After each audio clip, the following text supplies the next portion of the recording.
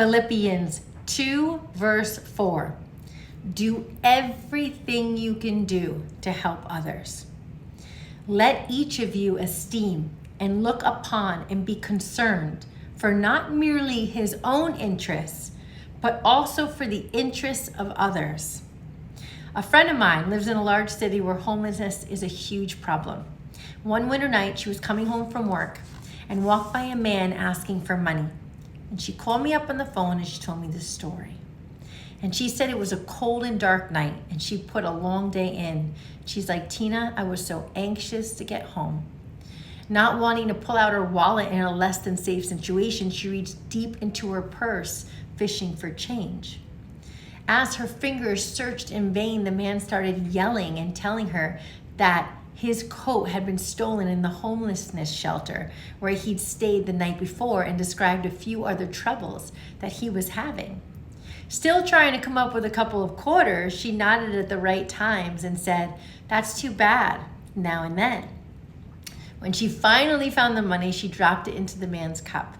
He smiled and said, "Thank you for talking with me."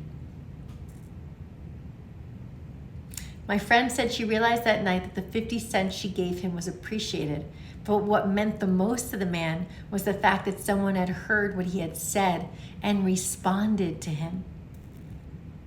There is a team of people who try to help individuals living in the tunnels under the downtown bridge in St. Louis. They have found that each of these people had a life prior to the tunnels, and they all have a story. Something tragic happened to them that resulted in them being in their present circumstances. They appreciate the sandwiches and the rides to the church where they can shower and get clean clothes. But mostly they appreciate someone caring enough to actually talk with them long enough to find out that they are a good person, and what has happened to them is simply them giving up and not having the faith in the Lord to push through. Let me encourage you to do everything you can do to help others. If they simply need you to be there, then take time to do so. Ask God what He wants you to do today, and He will answer your prayer so that you can do it. Trust in Him. When was the last time you took time to really listen to someone?